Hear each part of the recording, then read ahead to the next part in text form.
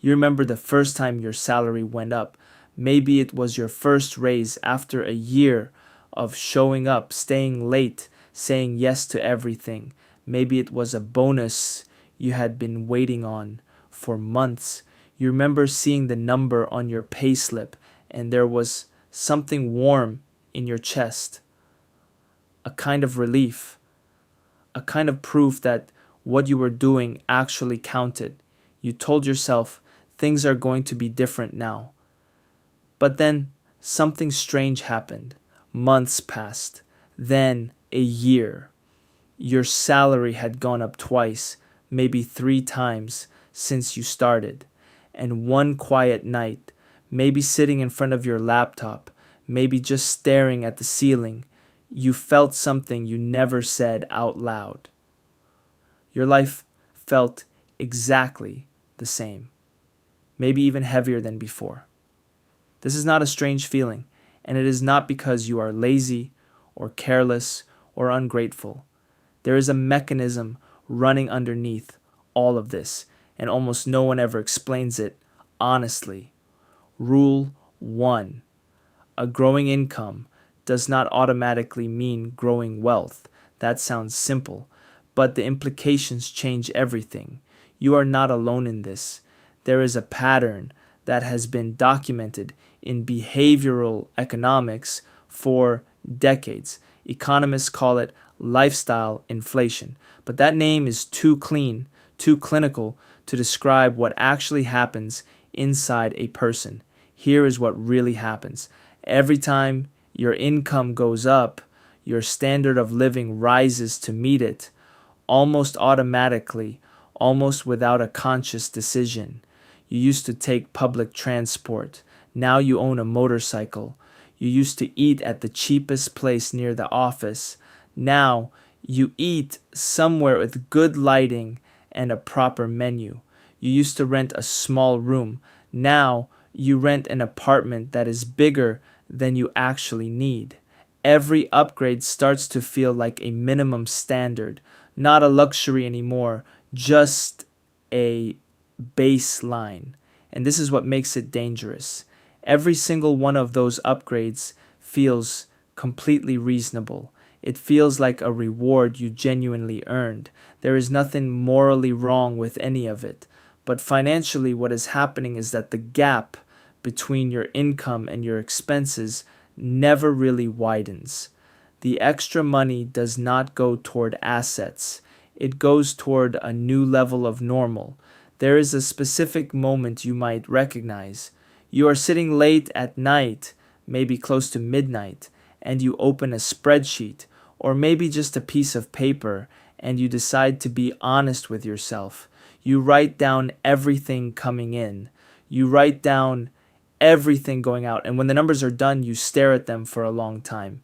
Your salary has gone up 40% over 3 years. But your savings are almost exactly where they were 3 years ago, maybe even less, because there are installments now that did not exist before, subscriptions that did not exist before, expectations from the people around you that did not exist before. That moment is not a moment of failure. That is a moment of clarity. And clarity is where everything begins. Money is not about how much comes in. Money is about how much stays and works. Behavioral economists, including work popularized by Richard Thaler and Shlomo Benartzi, found that people naturally adjust their spending to match their income within a very short time after a raise, sometimes within weeks. This is not a character flaw. This is how the human brain is built. Your brain is extraordinarily good at normalizing new things. What felt like a luxury yesterday feels ordinary today.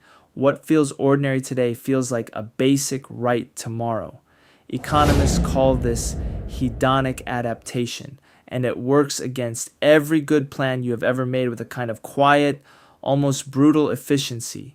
You do not need to fight your own human nature, but you do need to understand how the system works before it keeps running you without you even noticing. Let us talk about numbers, not complicated numbers, just simple, cold ones. Imagine you start working with a salary of 3 million rupiah a month. You save 200,000, roughly 7%. 3 years later, your salary rises to 5 million, but your expenses rise with it to 4,800,000. You are still saving 200,000, nominally the same. As a percentage, smaller. In real purchasing power, with inflation running every year, your savings are actually shrinking. 5 years pass, your salary is 8 million. Your expenses are 7,800,000. You own more things, you have more installments. Your lifestyle is more complex, but the distance between where you are standing today and genuine financial freedom, that distance has not narrowed. Sometimes it has widened. This is not about blame. This is about understanding that without a structural change in how you treat every income increase, this pattern will keep repeating. It does not matter what the number grows to. Rule 2. Every income increase is a crossroads, not a gift. At that crossroads, you have two paths. The first path is the most natural, the easiest, the one most encouraged by everyone around you. Upgrade your lifestyle. The second path is far quieter, far less visible to other people, and almost no one praises you for it. Take a portion of that increase and put it somewhere that works while you sleep.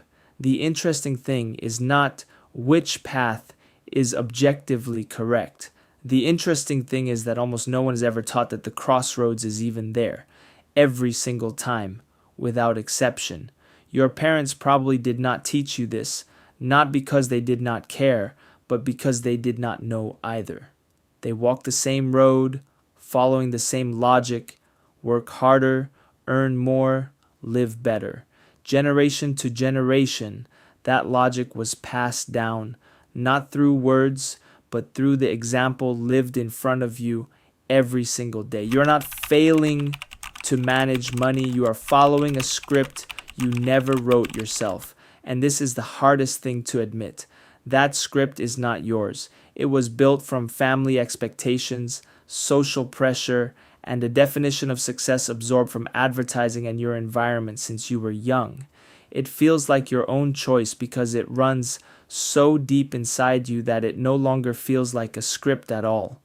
Recognizing this does not change your life immediately, but it changes something more important: the way you see the small decisions that always seemed irrelevant. The subscription that auto-renews without you thinking. The phone upgrade you made because everyone around you was doing it. The slightly more expensive lunch you bought because you felt you deserved it after a hard day. No single expense feels large, but together they are the engine that keeps the distance between you and real financial freedom constant, no matter how high your salary climbs. There is something most people never talk about when it comes to building actual wealth. It comes with a kind of uncomfortable silence. When you start cutting spending that creates no lasting value, when you start moving a portion of your income somewhere that works longer than you do, you will feel a growing distance between yourself and some of the people around you. Not because you are better than them, but because you are playing a different game with different rules toward a different destination. And most people around you cannot see that game at all. This is not a story about getting rich fast. Nothing like that actually works in any lasting way. This is about something slower, quieter, and far more real. It is about stopping the automatic process where every raise you receive gets immediately absorbed into a new level of living and starting to direct even a small portion of it towards something whose value grows, not because you work harder, but because time itself works for you. You do not need to become a different person to start this. You only need to see the crossroads clearly every time it appears. The next raise, the next bonus, the next side project that generates something extra, right there in that quiet moment, is a decision that will silently determine whether 10 years from now you sit down and feel exactly the same as you do today, or something that finally feels different. You already know the answer. The only question is when you choose to take the other road.